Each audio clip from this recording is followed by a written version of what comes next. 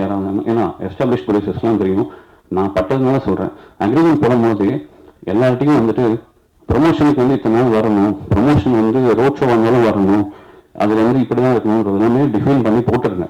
ஏன்னா ப்ரொமோஷனுக்கு வந்து நான் வரமாட்டேன், இவங்க இன்டர்வியூ பண்ணால் தான் நான் வருவேன், இவங்க வந்து எனக்கு இன்டர்வியூ பண்ணணும், எனக்கு வந்து என்னுடைய காஸ்டியூம் வந்து இது, என்னோட இது என்னோட மேக்கப் மேன் காஸ்டியூம் இதெல்லாம் சொல்கிற மாதிரியா இருந்தால் அவங்க அவாய்ட் பண்ணிவிடுங்க. நாங்கள் அதெல்லாம் பண்ணியிருக்கோம். அது அந்த ப்ரொமோஷனுக்கான வெயிட்டேஜ் எவ்வளோ இருக்குது, அதோட ரியாக்ஷன்ஸ் எப்படி இருக்குன்றதெல்லாம் செக் பண்ணி பார்க்குறதுக்கு ஒரு அமௌண்ட் செலவாகும். அது கால்குலேட் பண்ணி பார்த்தா அந்த காசை வந்து ப்ரொமோஷனுக்கே போட்டுடலாம் அப்படின்னு தோணும். அதுதான், வேறு எதுவும் கிடையாது. நம்ம திரும்ப சொல்கிற பாயிண்ட் என்னன்னா வந்து அக்ரிமெண்ட் நிறைய எதாவது மென்ஷன் பண்ணுறோம், அது யாரும் ஹார்ட் பண்ண மாட்டாங்கன்றதான் பிரச்சனை. இப்போ பர்டிகுலராக எனக்கு இந்த ஆங்கர் தான் வந்து என்னை வந்து இன்டர்வியூ எடுக்கணும்னு சொல்லக்கூடாது. அது வந்து அப்போ யாருக்கு இது மாதிரி பர்டிகுலராக வந்து இதுமாதிரி ஆங்கர் தான் வேணும்னு சொல்லிட்டு அவங்க சொன்னாங்களா? எங்கிட்ட சொன்னாங்களான்னு தெரியல, எனக்கு தெரியல. ஆனால் எனக்கு அப்படி தான் நியூஸ் வந்தது, சொன்னாங்கன்னு தான் நினைக்கிறேன். ஆனால் எனக்கு எங்கிட்ட டேரக்டர் சொல்லல. எனக்கு இவங்க பண்ணணும் அவங்க பண்ணணும்னு சொல்லும் போதெல்லாம் வந்துட்டு இட்ஸ் அது வந்து அன்வான்ட். அது ஒரு படம் ப்ரொடியூஸ் பண்ணுறதுக்கு எவ்வளோ எஃபோர்ட் போடுறோம், பணத்தை தாண்டி இருக்க உழைப்பு ஒன்று இருக்குது. அதே மாதிரி டைரக்டர்ஸோட விஷயம் ஒன்று இருக்குது. சத்யதேவோடைய ப்ரொமோஷனை போய் நீங்கள் தயவுசெய்து ஒரு ஹீரோவோ ஒரு ஹீரோயினோ போய் பாருங்கள், என்ன மாதிரி ப்ரொமோட் பண்ணியிருக்காங்க. தனஞ்சோட ப்ரொமோஷன் போய் பாருங்கள். இந்த படத்தை கொண்டு போய் கடைசி கட்டாயத்தில் இருக்கிற மக்கள்கிட்ட போய் சேர்க்கறதுக்கு அவங்க பட்ட கஷ்டமே வந்து ஒரு 15-20 நாள் மெனக்கெட்டு மனுஷன் வந்து ஒரு 2 படம் கமிட்மெண்ட்ல வச்சிருக்காப்புல. இருந்தாலும் 2மே பெரிய பேனரு, பெரிய ரோடு, அதெல்லாம் ஒதுக்கி வச்சுட்டு நம்ம ஒரு படம் பண்ணியிருக்கோம், அதுக்கான டெடிகேஷன் கொடுக்கணும். சம்பளம் கொடுத்தோம் வாங்கணும் அதெல்லாம் கிடையாது, அதை தாண்டி ஒரு டெடிகேஷன் இருக்குல்ல, அதை தான் நாங்கள் கேட்குறோம். சார் இப்போ இது மாதிரி வந்து நீங்கள் சொல்கிறீங்க பெரிய பேனரு பெரிய படம் பண்ணுறோன்ட்டு, ஆனால் வந்து என்ன பண்ணுறாங்கன்னா பெரிய பெரிய ஆர்டிஸ்ட் நடித்த ப்ரொமோஷனுக்கெல்லாம் ஆடியோ லான்ச்சுக்கெல்லாம் பெரிய பெரிய ஹீரோயின்ஸ்லாம் வராங்க. ஏன் ரஜினி சாரும் கூட வர்றாரு, கமலஹாசன் சார் கூட வராங்க, நயன்தாரா கூட வராங்க. ஆனால் வந்து சின்ன படம் யாராவது பண்ணிட்டாங்கன்னா அவங்க சைட்லேருந்து யாரும் வர்றது கிடையாது. இது வந்து ப்ரொடியூசருக்கு பெரிய பாதிப்பு உண்டாக்குதா? ஏன்னா வந்து நம்ம படத்துக்கு வரமாட்டாங்க, அடுத்த படத்துக்கு போகிறாங்கன்ட்டு ஒரு விஷயம் இருக்குல்ல சார்? சார் இது எஸ்கே சொன்ன ஒரு டைலாக் தான் சொல்லணும், ஜெயிச்சிடும் சொன்னால் எதுவும் நம்ப போகிறது இல்லை, ஜெயிச்சுட்டு சொன்னால் நம்புவாங்க. இப்போ நாங்கள் ஜெயிச்சிட்டோம், அடுத்த வாட்டி கூப்பிட்டு தானே வர போகிறாங்க, அவ்வளோதான், சிம்பிள்.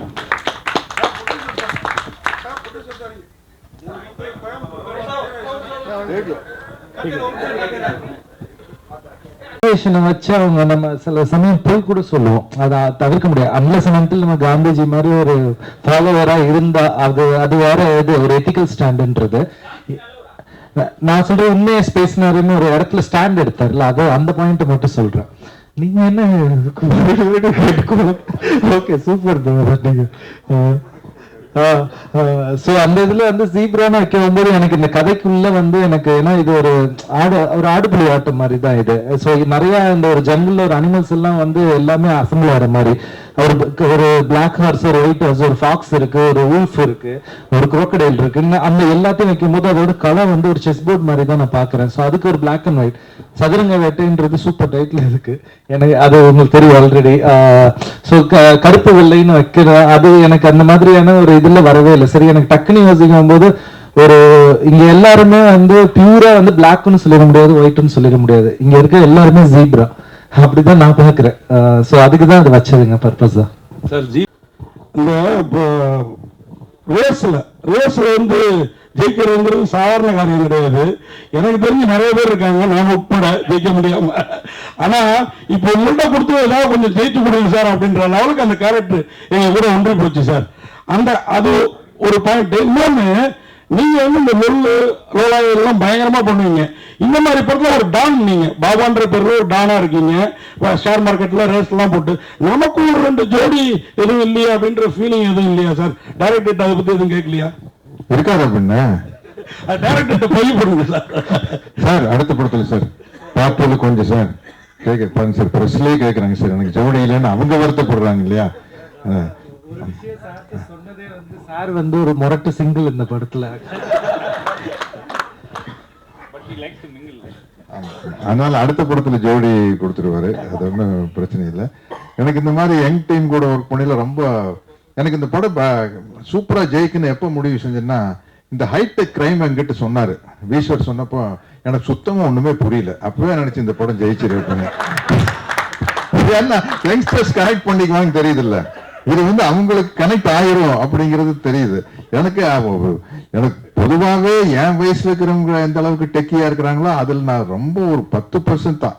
எனக்கு இந்த விஷயங்கள் எதுவுமே தெரியாது. நான் ட்விட்டர் இல்ல, இன்ஸ்டாகிராம் இல்ல, ஃபேஸ்புக் இல்ல, பாலா சார் இல்ல சார் உங்க இதுல எல்லாம் போட்டு விடும் சார் அப்படி சார். நான் எதுலையுமே இல்ல சார். எனக்கு 47 வருஷமா போனோம். டோப்பா தூக்கி தலையில வைக்க வேண்டியது, short camera, action, cut cut அப்படின்னா வந்து நான் உட்காந்து வெட்டி அரட்டை அடிக்கிறது.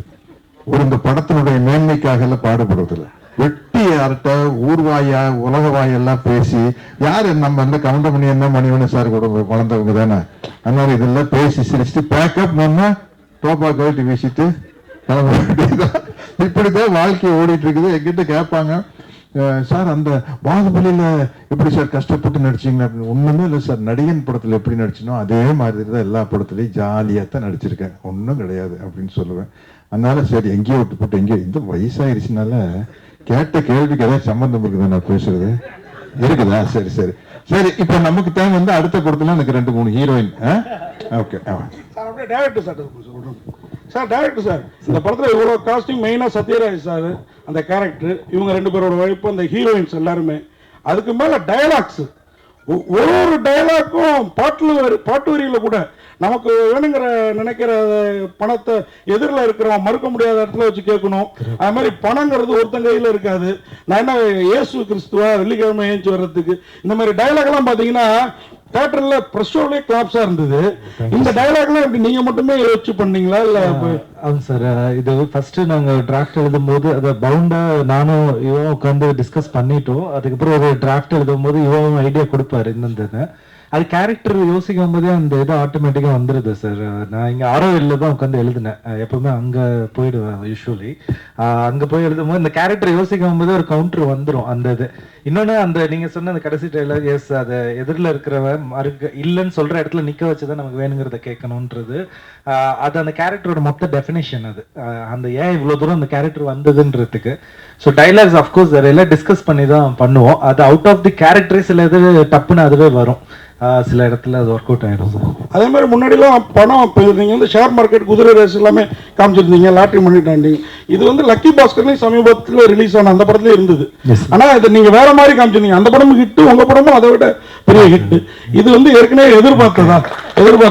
அப்புறம் என்னுடைய கேள்வி என்னன்னா, இந்த பேங்க் பரிவர்த்தனை இந்த மாதிரி இதுல நம்ம பேங்க் போனோம்னா ஒரு 100 ரூபாய் நம்ம காசு எடுக்கிறதுக்கு 1000 கையெழுத்து போட சொல்லுவாங்க.